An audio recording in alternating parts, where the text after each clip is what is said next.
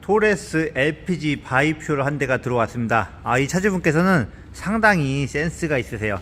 차를 예쁘게 꾸미는 방법을 알고 계시고, 이 토레스 바이퓨얼 차량을 살 때 연비와 승차감을 위해서 18인치로 출고를 하면서, 그렇지만 18인치를 하자니 휠이라든지 이런 부분이 너무 아쉽고, 특히나 이렇게 휠 아치 가니쉬를 추가로 선택해 주셨는데, 그걸 넣게 되면 이런 바퀴가 이렇게 쏙 들어가 있는 부분, 마치 블랙 에디션처럼 이렇게 안으로 쏙 들어가 있어요. 거기다가 이 타이어는 기본 235, 245짜리 20인치 휠보다는 또 타이어 폭까지 살짝 얇단 말이죠. 그래서 더 들어가 보여요.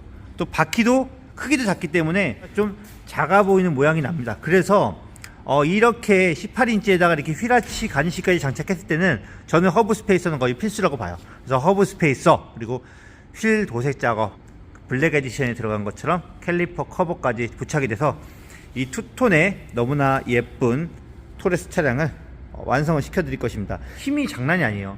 1500cc 터보 LPG입니다. 지금 터보 LPG가 나오는 차량은 현대기아에도 포터나 봉고밖에 없어요. 최근에 디젤이 단종되면서 높은 토크를 필요하는 차량에 일반 LPG로는 힘이 너무 부족하다 보니까 LPG 터보 모델로 나온 것이죠. 제가 지난번에 시승해 보니까 LPG랑 휘발유랑 이렇게 스위치로 전환이 되는데 전혀 힘 차이가 안 느껴졌어요. 재원상으로도 그렇게 나오고 있고요. 실제로 타보시면은 그 우리가 흔히 알고 있는 2000cc LPG 엔진 차량의 그 답답함, 그 힘알이 없는 그 언덕에서 시끄럽고 세금도 많이 내고 2000cc, 그런 단점이 없어요. 그냥 일반 가솔린 터보랑 출력이 비슷하다고 보시면 됩니다. 언덕에서 그냥 쭉 밀고 올라가고요. 정말 너무 가속감도 좋고 정숙함 너무 좋고요. 겨울철 시동도 잘 되기 때문에 휘발유랑 LPG의 장점을 혼합한 차량이다. 자, 그리고 이렇게 적재 공간에 밑에 LPG 탱크가 들어가는데 순정보다 살짝 올라와요. 이게 한 4, 5cm 올라오는 것 같은데 거의 평평합니다. 그리고 마감 같은 게 정말 깔끔해요. 이게 무슨 손댄 차 같지도 않고 정말 깔끔하게 작업된다고 보시면 됩니다. 제가 지난번에 말씀드렸던 것처럼 그 몇 년 지나면 디자인이 식상해지고 신형이 나오면 구형이 되고, 그런 차량과는 다르게 이 레트로 디자인을 가진 차량들은 찝처럼 몇 년이 지나도 10년이 지나도 구형 디자인 같지가 않아요. 그러니까 몇 년 뒤에 보더라도 디자인이 식상하지 않고 정말 신차 효과를 아주 오래오래 가져갈 수 있는 차량이다. 지금 경쟁하는 모델로는 스포티지, 투싼 이런 모델이 있고, 그 중에는 LPG 모델도 있겠죠. 하이브리드들 많이 하시는데, 지금은 LPG보다 하이브리드를 많이 선택하시는데, 유튜브 같은 데서 조금만 검색해 보시면은 이 하이브리드 차량이, 특히 미션이 나중에 수리가 발생하게 되면 얼마나 어마어마한 수리비 폭탄으로 다가올 수 있는지, 그리고 하이브리드의 보증 기간의 함정, 예를 들어서 하이브리드 전기 시스템을 몇 년까지 보증이 된다. 그런데 그 보증이 되는 부품이 생각보다 적어서 실제로는 꽤 많은 수리비를 나중에 부담해야 될지도 모른다는 점은 아직 제조사에서 알려주고 있지 않은 것들을 이미 누군가가 적나라하게 벌써 고발을 하기 시작했어요. 그렇기 때문에 대세가 하이브리드다? 글쎄요, 저는 여러 가지를 좀 따져보셔야 된다고 봅니다. 수리비 부분도 분명히 따져보셔야 되고, 이 LPG 같은 경우에는 솔직히 수리비가 발생할 게 뭐가 있나요? 내연기관 차기 때문에 나중에 만약에 발생한다 하더라도 경미한 수준으로 유지보수가 가능하다. 그래서 하이브리드 보고 계신 분들도 한 번쯤 눈을 돌려서 이런 LPG 바이퓨얼 시스템, 유류비도 크게 차이 안 납니다. 그리고 말씀드린 대로 나중에 추후에 수리비가 현저히 적다는 거, 그런 부분까지 감안하시면은 저는 이 차의 선택이 결코 후회되지 않을 좋은 선택이라고 생각을 합니다. 자, 이제 멋지게 한번 만들어 보겠습니다. 자, 드디어 완성된 토레스 LPG 바이퓨얼 모델입니다. 이 차는 지금 돌아다니는 차 중에서 가장 예쁜 LPG 바이퓨얼 모델이 아닐까 싶어요. 이 차주분께서는 20인치 휠이 싫어서, 왜냐면은 이 연비를 위한 차다 보니까 연비를 극대화하기 위해서 18인치 휠을 선택하셨고, 그렇게 하다 보니 블랙 에디션을 못 하다 보니까 아쉬움이 생기는 부분들을 따로따로 시공을 해주셨습니다. 차량을 출고하면서 이렇게 휠아치 가니쉬 넣어주셨고, 휠을 이렇게 블랙으로 도색했어요. 투톤 옵션 선택해 주셨고요.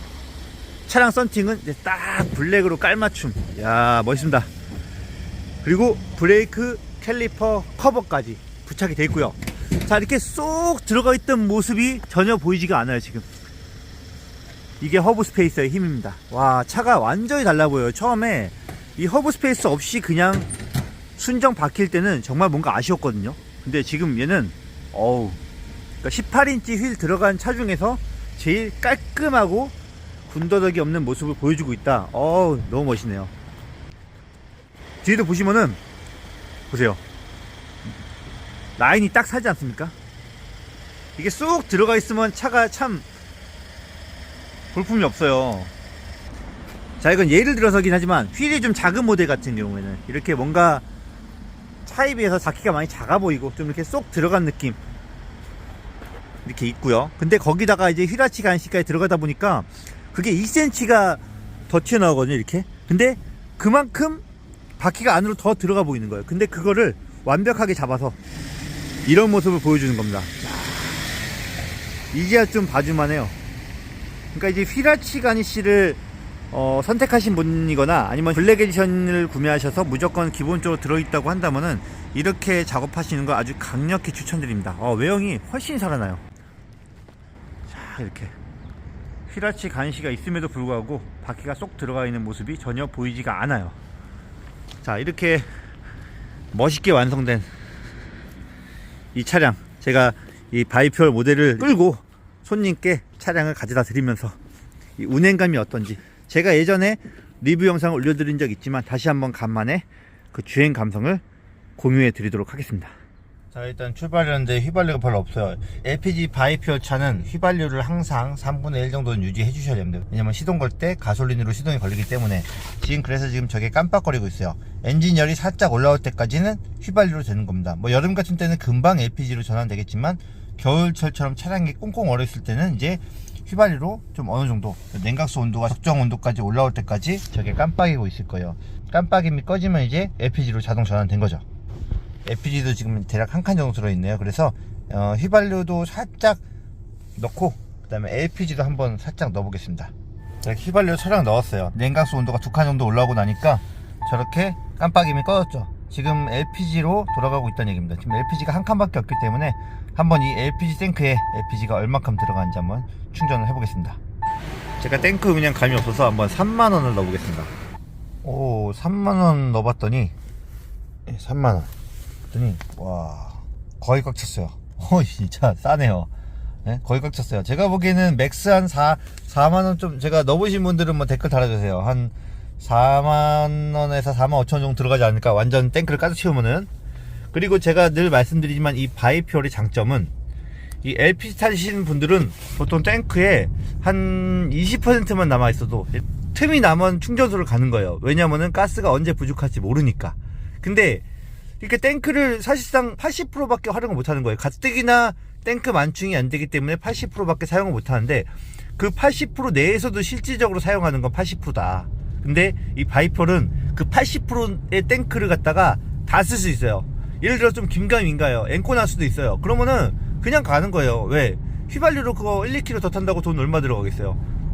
이 탱크가 다 떨어지면 자동으로 휘발유로 전환되기 때문에 전혀 걱정할 필요가 없습니다. 저는 사실 그리고 토레스 이 가솔린 모델을 워낙 많이 타봤다 보니까 예전에도 제가 한번 그 LPG랑 가솔린을 변환해 가면서 느꼈지만 가솔린하고 LPG와의 그 힘 차이가 거의 느껴지지가 않아요. 일반인은 못 느낄 정도의 차이. 그러니까 토크가 엄청나게 괜찮은 거죠.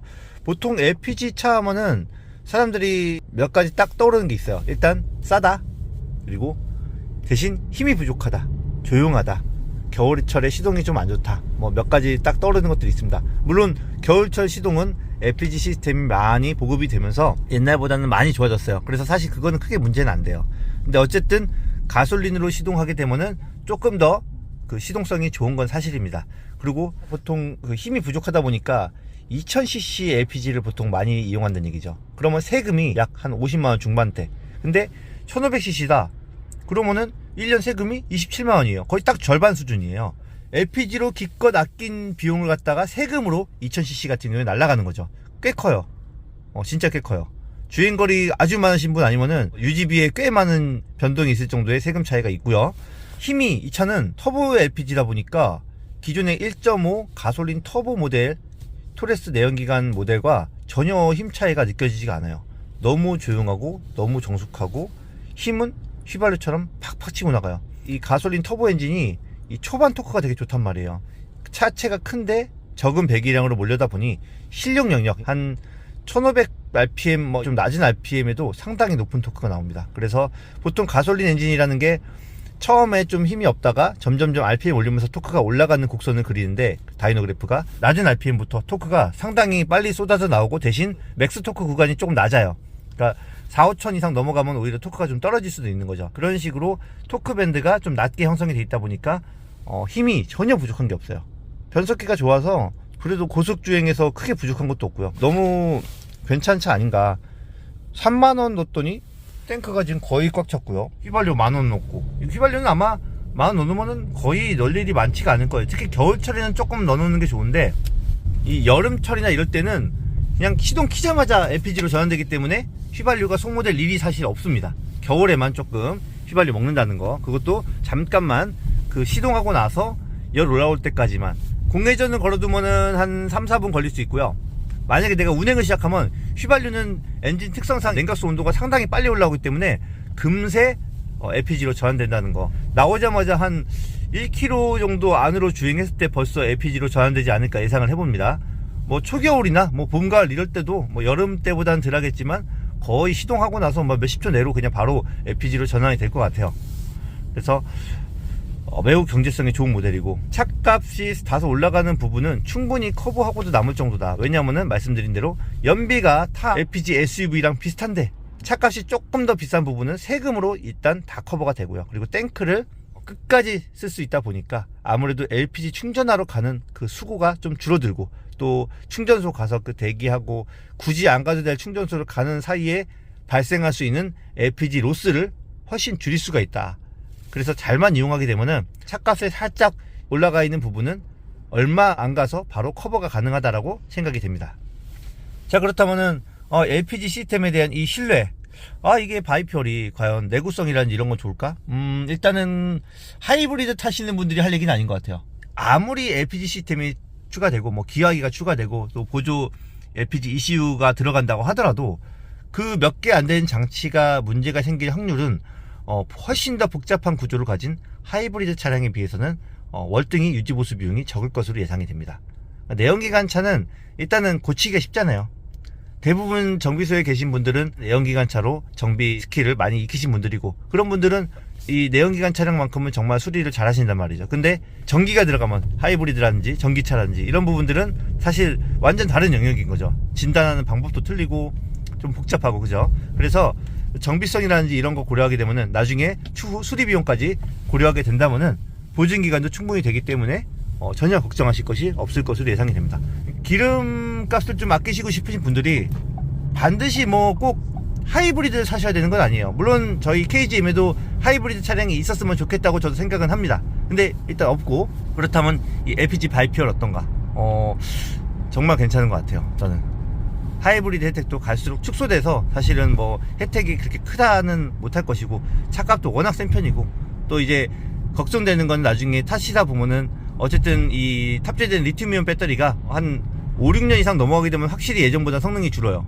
그러니까 하이브리드 제가 중고차 한 10만 킬로 탄 거 소나타를 한번 타본 적이 있는데, 저는 그랬어요. 일단은 내연기관 베이스 차량이다 보니까 솔직히 배터리가 들어가니까 무겁잖아요. 그러니까 10만 킬로 정도 탄 차를 제가 타보니까 되게 하체가 좀 많이 눌려있는 느낌이 나더라고요. 그러니까 많이 무거우니까 그만큼 스프링이나 이런 부분도 나중에 손봐줘야 될 일도 좀 있는 것 같고, 최근에 뭐 몇 가지 영상들 올라온 거 보게 되면은 그 하이브리드 시스템이 들어간 차의 변속기가 만약에 고장나게 되면 수리비가 어마어마하다라는 이미 지적이 몇 개 올라온 거 있습니다. 그래서 그런 영상들도 보시면은 하이브리드를 타시는 분들은, 정말 잘 타시는 분들은 최고로 잘 타실 거예요. 저는 하이브리드를 타시는 분들이 어떤 분들이 제일 적합하냐고 생각한다면은 막히는 길만 맨 주행하시는 분들, 그러니까 장거리 말고 서울에서 맨날 내비게이션에 그 빨간색으로 이렇게 표시되어 있는 그런 곳만 다니는 그런 분들은 이 내연기관차, 이 바이퓨얼이 가히 쫓아갈 수 없는 엄청난 경제성을 주는 게 맞아요. 근데 그렇게 타시면서 키로수가 많아야 돼요. 키로수 적은데 그거 조금 탄다고 솔직히 세이브 되는 돈 그렇게 크지 않습니다. 나중에 수리비 생각하시면 많이 타시면서 막히는 길을 많이 다니시는 분들은 하이브리드가 정말 최고예요. 그거는 저는 논란의 여지가 전혀 없다고 생각합니다. 그런데 만약에 내가 장거리 많이 탄다, 고속도로 많이 탄다, 그럼 그런 분들에게 하이브리드가 적합할까요? 아니요, 절대. 왜냐면 하이브리드는 고속도로에서 전혀 유리한 구조가 아니에요. 그래갖고 하이브리드의 공인연비 보면 보통 고속운전 그리고 도심운전 이렇게 나뉘어 있죠.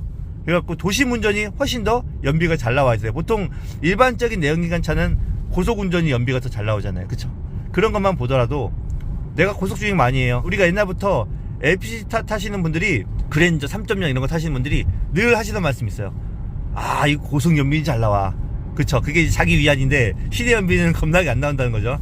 어쨌든 그거는 이제 힘이 없었으니까 그런 건데, 그러니까 3000cc 막 커다란 엔진 들어갔고 그랜저 급에도. 근데 이 차는 다운사이징이 된 LPG 모델이다 보니까 시내 연비가 떨어질 것도 없고요. 그리고 고속도로에서는 상당히 좋을 수밖에 없는 것이죠. 왜냐면은 가다쓰다 안 하니까 당연히 내연기관차의 장점을 그대로 살릴 수가 있어요. 저는 그래서 에어컨 시원하게 틀고 겨울에 히터 빵빵하게 틀고, 내연기관차의 장점이죠. 하이브리드나 전기차는 사실 그렇게 많이 틀게 되면은 확실히 효율이 떨어지는데, 내연기관차는 그런 걱정 없이 편하게 타면서 또 친환경이면서 저공해이면서 이렇게 유지비가 저렴한 차량. 지금도 언덕길 올라가는데 보세요. 얘는 RPM을 올릴 필요가 없어요. 그냥 보세요. 1500 RPM으로 그냥 언덕 지그시 밟아주면 쫙 치고 올라가요. 거의 디젤차 수준의 토크를 가지고 있다고 보시면 됩니다. 안 믿어지시는 분들은 제가 만약에 이 차를 탔을 때 휘발유 모델과 LPG 모델의 힘 차이가 느껴지신다 그러면 제가 석고대지 하겠습니다. 절대 그런 일 없습니다. 타보면은 생각보다 성능이 좋아서 깜짝 놀라요.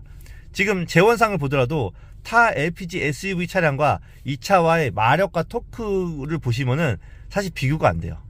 그러니까 한번 타보시면 압니다. 말이 길어졌어요. 근데 간만에 이렇게 LPG 바이퓨얼 모델을 타고 이렇게 손님께 차량을 천천히 가져다 드리면서 항상 안전하게 운전하고 있습니다. 너무나 좋은 것 같아요. 힘이 너무 좋아요. 그 킥다운이란 걸 할 필요가 없어요. 막 언덕 올라갈 때 굳이 3단으로 달리고 있다가 다시 2단으로 올려서 왕 하면서 가는 그런 게 아니라 그냥 4단 5단 그런 높은 단으로도 그냥 치고 올라가 버려요. 이게 LPG가 맞나 싶을 정도예요. 이런 경험을 안 해보신 분들은 알 수가 없죠. 또 사실 KGM이 사실 마케팅이 좀 약한 게 사실이에요. 그래서 이런 LPG 바이퓨얼 모델의 이 우수성도 사실 홍보가 안 돼서 타보지 못해서 경험조차 못 해보고 다른 선택을 하시는 분들이 꽤 많은데, 기회가 되신다면은 꼭 저한테만이 아니라 LPG 모델 시승차가 없다? 그럼 토레스 가솔린 모델 시승해 보시면은 그냥 그 느낌이 그냥 99% 일반인이 느끼기에는 그냥 동일한 차다, 그렇게 보시면 되겠습니다. 그리고 지금 한 2칸 정도만 있는데, 만약에 내가 이거 10,000원 넣는데 2칸 들어간 거예요. 한 2, 3만원 넣어놔가지고 반 이상 채워놨다. 그 상태로 간다면 거의 몇 달 동안을 그냥 LPG만 넣고 타는 거예요.